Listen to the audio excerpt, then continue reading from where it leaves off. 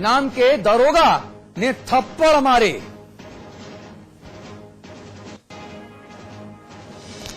खटीमा में गुस्साए लोगों ने एसएसबी चौकी पर किया पथराव। एसएसबी के जवानों पर लगाया युवक को डुबोकर मार डालने का आरोप। उत्तर प्रदेश में आग ने मचाया तांडव। लखनऊ में कोका कोला के बॉटलिंग प्लांट में लगी भीषण आग। गाजीपुर में पेट्रोल पंप और कानपुर में 3 ट्रकों में लगी आग। देहरादून में प्रशासन की मिली भगत से जोरों पर चल रहा है सरकारी जमीन पर अवैध कब्जे का कारोबार। पैसिफिक ग्रुप समेत कई बिल्डर्स ने सरकारी जमीनों पर शुरू किए करोड़ों के अवैध प्रोजेक्ट।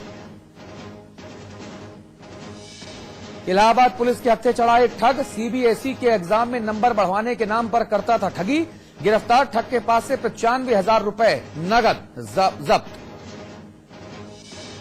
कानपुर में पुलिस वाला बना दबंग चुलबुल पांडे। मोबाइल चोरी की रिपोर्ट लिखाने पहुंचे फरियादी की हथेली पर मारा ठप्पा। हस्ताक्षर कर कहीं भी काम हो जाने का किया दावा। और खुल गए भगवान केदारनाथ के कपाट। 6 महीनों तक श्रद्धालु करेंगे दर्शन। दर्शन करने के लिए मुख्यमंत्री विजय बहुगुणा पूरे परिवार के साथ पहुंचे।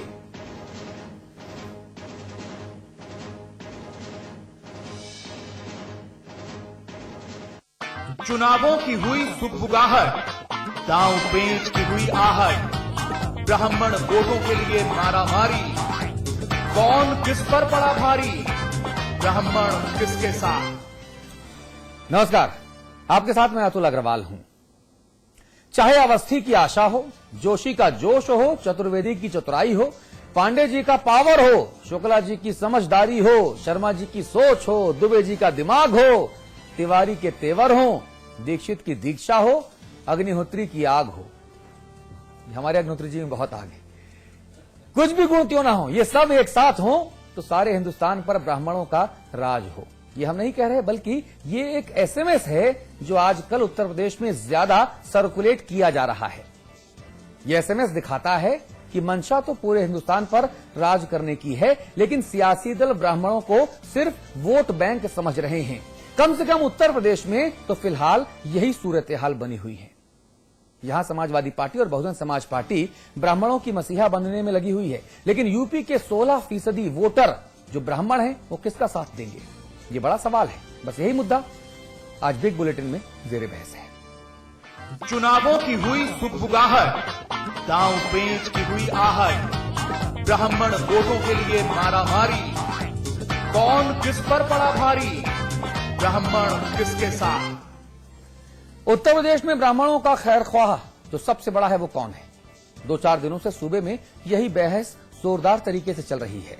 खुद को ब्राह्मणों का खैरख्वाह बताया जा रहा है, लेकिन बड़ा सवाल यह है कि उत्तर प्रदेश का 16% ब्राह्मण मतदाता इस दफे किसके साथ खड़ा होगा।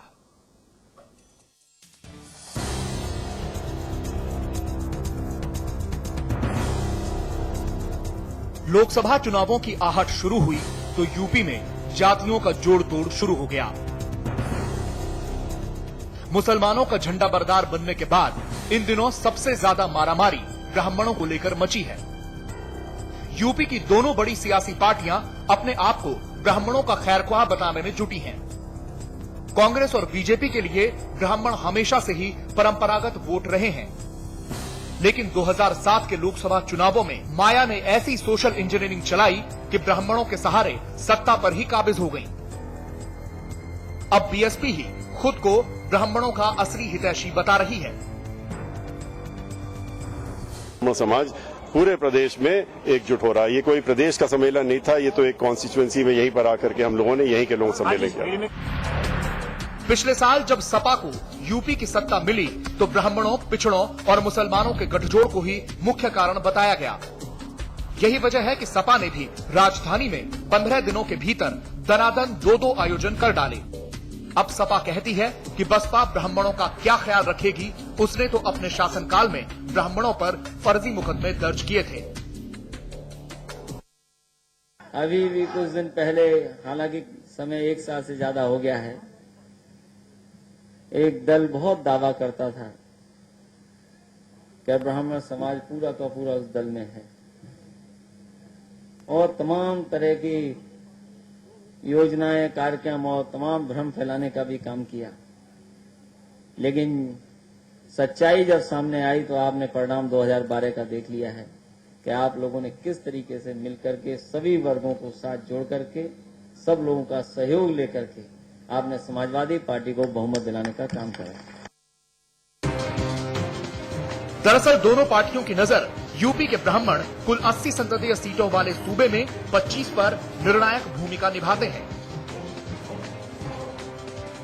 अब ब्राह्मण किधर जाएंगे ये तो चुनाव के दौरान ही पता चल पाएगा, लेकिन इन आंकड़ों से ये साफ हो गया है कि ब्राह्मण वोटों के लिए बेकरारी क्यों मची हुई है। ब्यूरो रिपोर्ट के साथ अमित रावत, समाचार प्लस। चलिए इस मुद्दे पर हम बात करेंगे अमिताभ अग्निहोत्री जी से। जी वही अग्निहोत्री जी जिनमें बहुत आग है।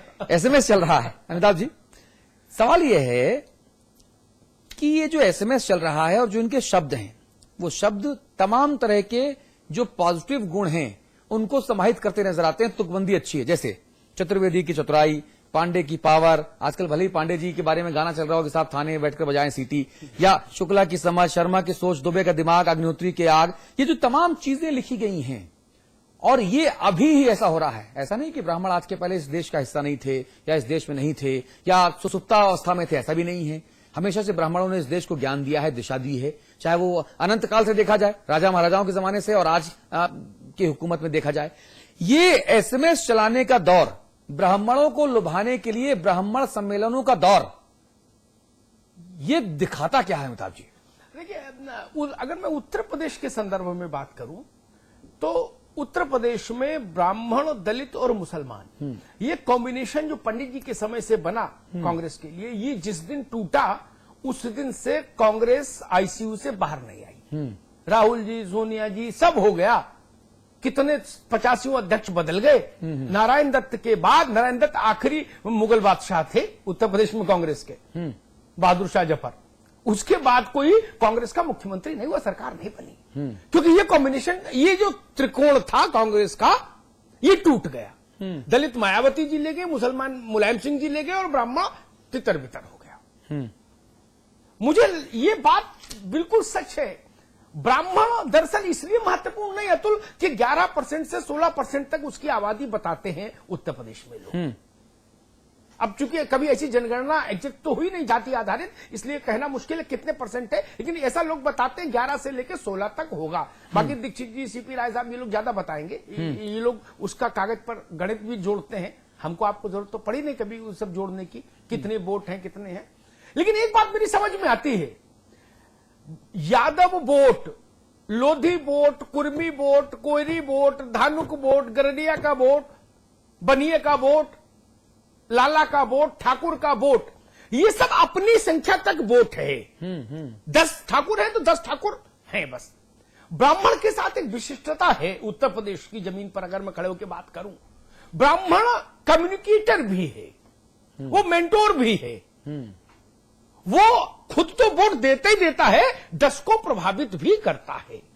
इसलिए उस एक को साधिए तो वह एक के साथ 10 फ्री होते हैं। Buy 1 get 10 free.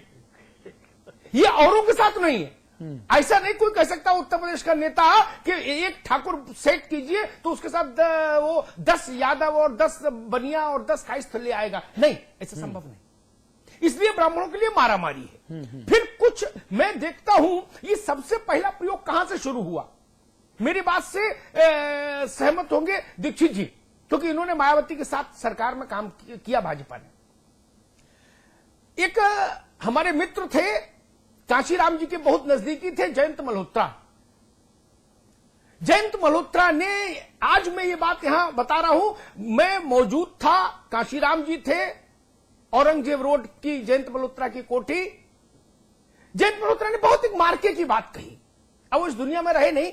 उन्होंने कहा कि कांशीराम जी, आपके पास वोट तो है, लेकिन वोट डलवाने का मैकेनिज्म जब तक नहीं आएगा आप सरकार में नहीं आ सकते कभी। तो क्या किया जाए? जिन जातियों के पास वोट डलवाने की ताकत है उनके लोगों को चुनाव लड़वाइए। तो फिर ब्राह्मण, ठाकुर, बनिया ये लोग चुने गए। बसपा ने अपने दरवाजे खोले और उसका रिजल्ट आया बड़ा चमत्कारी। तो बसपा को लगा कि हां, ये बात बहुत अच्छी है, एक अपना सॉलिड वोट बैंक और फिर दूसरी प्रमुख वर्चस्व वाली जातियां जो हैं, जिनको आप कहे दबंग जातियां जो हैं, जिनकी समाज में हैसियत है, उन जातियों को जोड़िए। तो वहां से ये एक स्थिति बनी।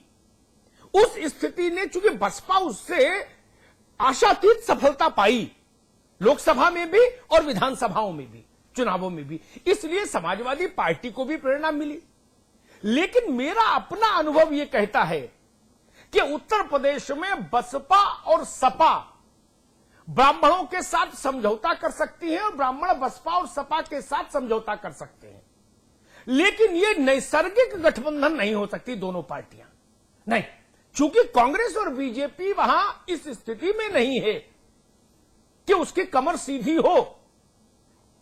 दोनों, मान लीजिए मैं कोमा में ना भी कहूं तो दोनों पार्टियां जनरल वार्ड में तो ही अस्पताल के, कांग्रेस भी बीजेपी भी, अस्पताल से बाहर तो कोई नहीं। तो अब ब्राह्मणों के सामने भी एक स्थिति है कि अगर एमएलए बनने की इच्छा है तो कहां जाएं?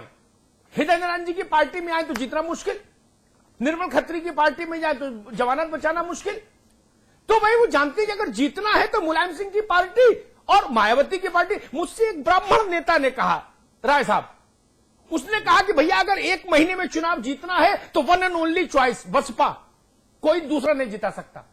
1 महीने में इंस्टेंट मैगी की तरह खटपट पर 2 मिनट मैगी, एमएलए हो जाएगा आदमी, एमपी हो जाएगा। और हुए, मैं उदाहरण गिना दूं, मायावती जी के पास सिस्टम ऐसा है, मैंने तो देखा अपने पत्रकारी जीवन में उनके साथ के सिस्टम को बहुत करीब से देखा।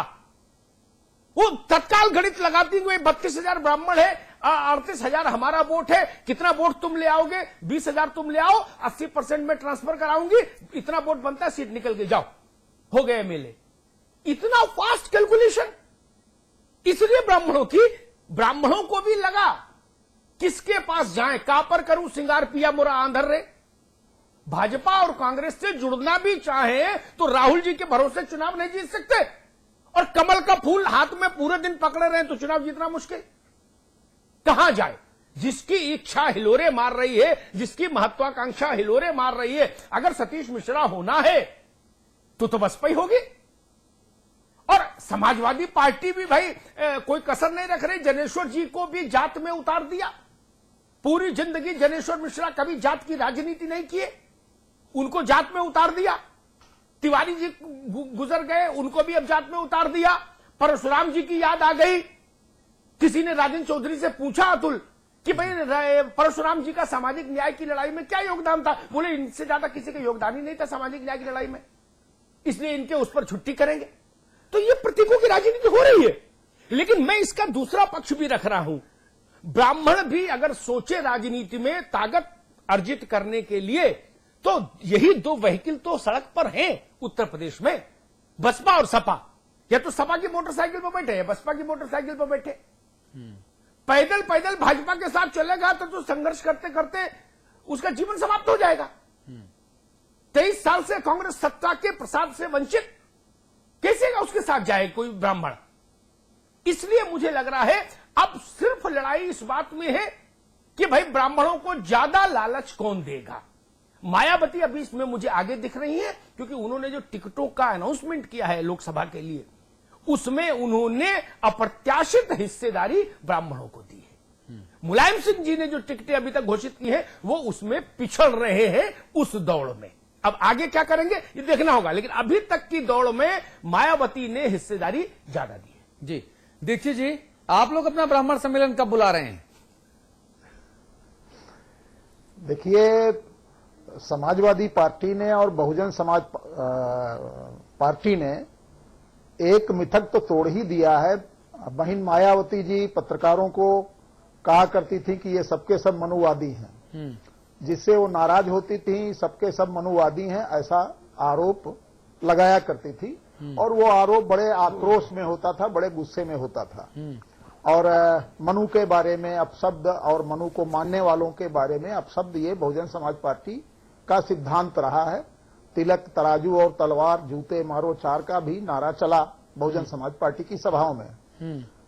समाजवादी पार्टी, अभी अमिताभ जी बिल्कुल ठीक कर रहे थे कि जनेश्वर जी तो सामाजिक परिवर्तन की लड़ाई लड़ रहे थे और जाति तोड़ो के नारे के साथ उन्होंने पूरा जीवन अपना खपाया, ब्रजभूषण तिवारी जी ने भी, और उनको भी जाति के खांचे में समाजवादी पार्टी ने डाला।